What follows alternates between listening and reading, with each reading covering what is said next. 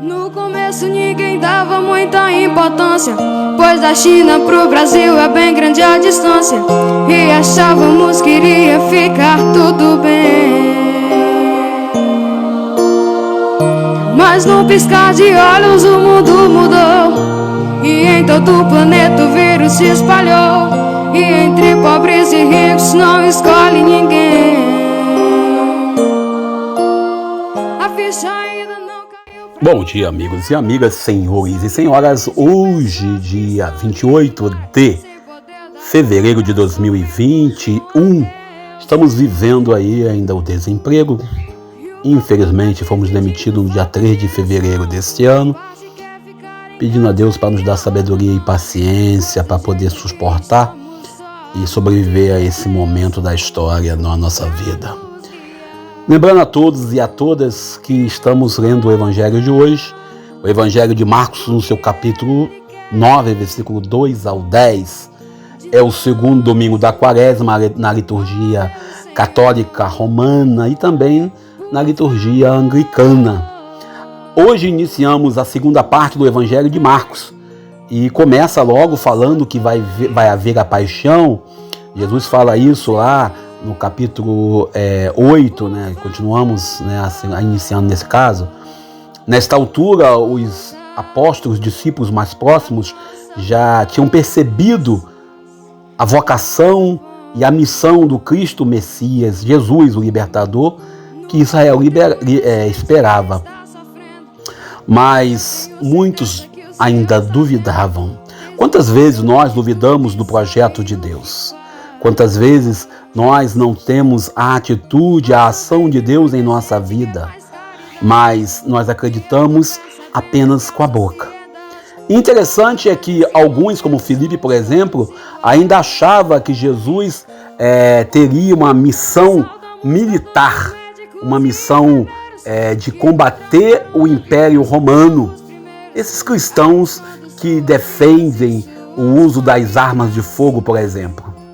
O interessante é que Marcos vai explicar para os cristãos que o Evangelho é destinado para os crentes, para aqueles que acreditam, o projeto de Jesus não vai se concretizar, não vai acontecer de acordo com o coração do homem, mas sim na cruz, na sua paixão, isto é, naquele amor inflamado que Deus tem por nós, no dom da vida. Hoje, relatando a transfiguração de Jesus, Marcos quer ser entendido como o primeiro anúncio da paixão. Inclusive, no final do versículo, Pedro e os outros discípulos não sabem e não conseguem entender o que está acontecendo nesse contexto. E aí Pedro fica assim meio em dúvida. Lá em Mateus você escuta Pedro falando que seria bom se pudesse fazer uma tenda para ele, para Elias, né, e para Moisés. A experiência de encontrar-se dentro do contexto messiânico, dentro do contexto do anúncio da boa nova de Jesus. Não é qualquer anúncio, não é qualquer verdade, não é qualquer história. Jesus, ele não é mais um líder apenas, ele tem um projeto. Marcos traz para nós, nos convida a não seguir Jesus pelos modelos que uns e outros pintam, um Jesus rei potente. Seguir Jesus no seu caminho de amor é entregar a própria vida. Depois de os apóstolos estavam com Jesus, terem ouvido falar do caminho da cruz, muitos irão se afastar. Aquilo que Jesus pede é que, por favor, não fique espalhando por aí que vai haver uma morte dolorosa. Isso às vezes desanima, pois todos nós queremos apenas a parte gloriosa.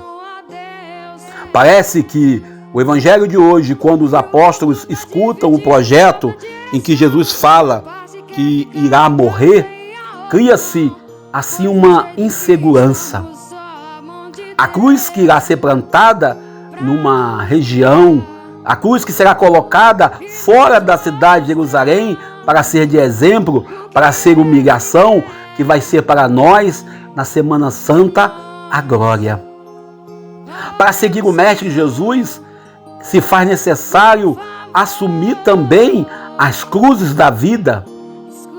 Nada mais que nós temos que fazer a não ser aceitar que é preciso morrer algumas mortes se queremos viver uma vida plena, já diz o poeta. E nesse contexto que Marcos coloca o episódio da Transfiguração. A Transfiguração contada em Marcos quer ser para nós uma palavra de ânimo, uma palavra de comunhão com a tradição da lei e com a tradição profética. Nesse tempo em que nossas igrejas estão tomadas pelo medo, pelo pavor, pelo medo de ser profeta, ou melhor, de viver a profecia. E para nós cristãos, Jesus manifestar-se em sua glória é algo que nós queremos.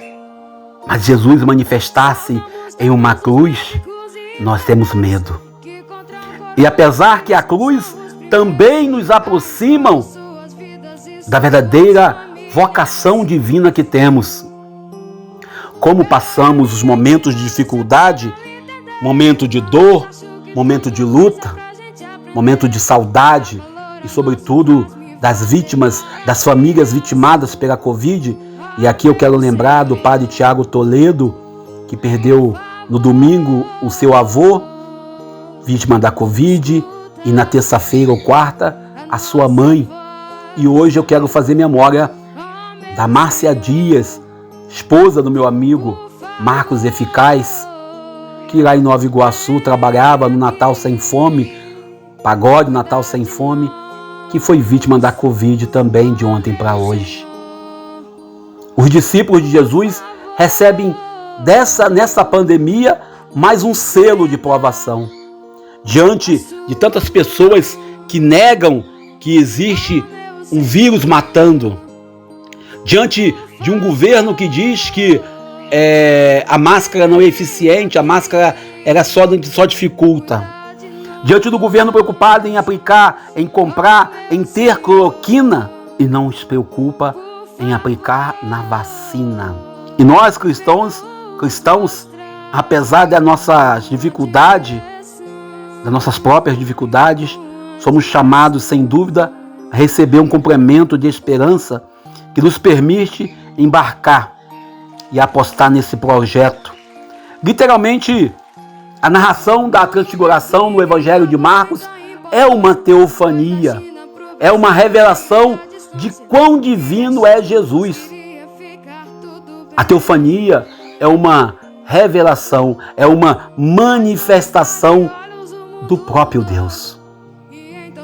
Portanto, Marcos e Mateus, que relatam a Transfiguração, Marcos traz para nós um quadro um pouco diferente do de Mateus, pois não temos a fala dos apóstolos, a fala de Pedro. Interessante é que na ideia judaica, Moisés se revela como autor e seguidor, promotor, criador, ou melhor, enviado para trazer a lei, a ordem. E Elias revela para nós a necessidade de sermos profetas verdadeiramente. Um profeta que não está atrelado ao poder, sobretudo nesse tempo em que os religiosos e religiosas vivem preocupados em agradar poderes públicos, em agradar prefeituras, em agradar governo federal, estadual. Interessante é que no imaginário judaico, Moisés e Elias confirmaria o Messias. E é isso que os apóstolos, por isso Jesus leva 3 com ele, para não ter dúvida, revela a confirmação do Cristo Messias. Quase sempre, a gente quando fala de Deus no Antigo Testamento, falamos de um Deus que apresenta no fogo, ou no raio, ou no trovão.